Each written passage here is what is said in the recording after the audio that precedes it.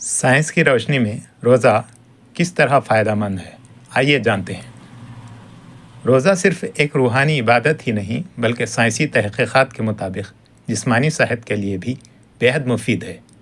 ماہ رمضان میں سحری سے افطار تک کھانے پینے سے پرہیز دراصل جسم کو ایک منظم ریسیٹ سسٹم فراہم کرتا ہے۔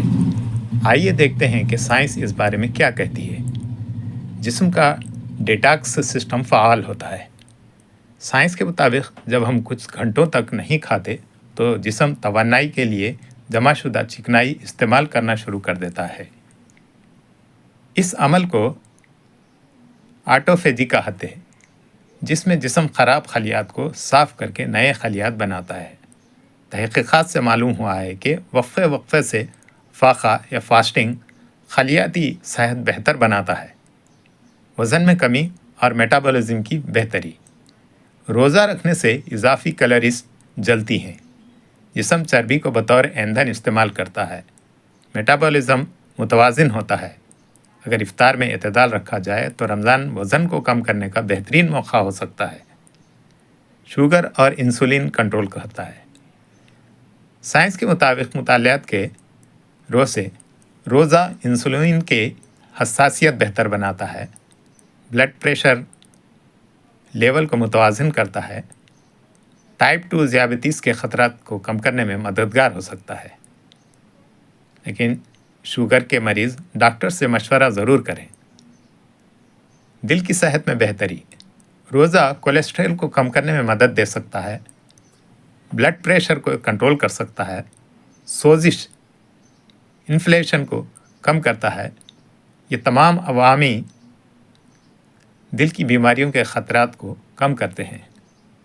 دماغی صحت اور سکون، روزہ رکھنے سے ذہنی توجہ بڑھتی ہے، اسٹریس کم ہوتا ہے، صبر اور برداشت کی صلاحیت میں اضافہ ہوتا ہے۔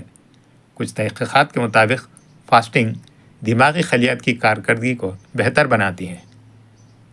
اہم احتیاطی تدابیر، سحری ضرور کریں، پانی زیادہ پئیں، افطار میں زیادہ تلی ہوئی اشیاء سے پرہیز کریں، پھل سبزیاں اور پروٹین شامل کریں۔ بیمار افراد ڈاکٹر سے مشورہ کریں۔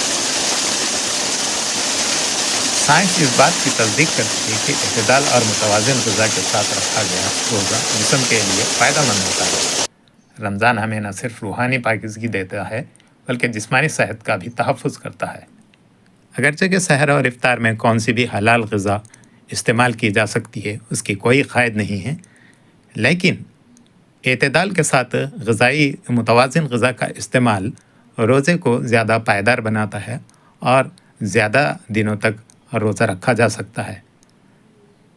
تو صحت مند رہنے کے لیے رمضان میں غذائی احتیاطوں کی جو ضرورت ہے، ان میں سے جو تدابیر ہیں وہ ہے: سحری ہرگز ترک نہ کریں، افطار کھجور اور پانی سے کریں، تلی ہوئی اور بہت زیادہ میٹھی چیزیں کم استعمال کریں، پھل سبزیاں اور پروٹین والی غذائیں شامل کریں، ہلکی ورزش یا چہل قدمی کریں۔ افطار کا آغاز کھجور اور پانی سے کریں، یہ سنت بھی ہے اور فوری توانائی بھی ہے۔ افطار میں کوئی کولڈ ڈرنکس ہرگز بھی نہیں لینا چاہیے۔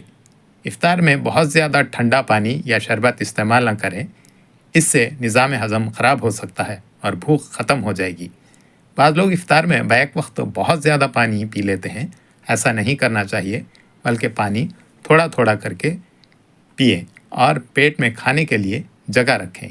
افطار میں زیادہ تلی ہوئی اور مسالہ دار چیزوں کا استعمال بہت ہی کم رکھیں، جیسے پکوڑے، سموسے اور بھجیا وغیرہ۔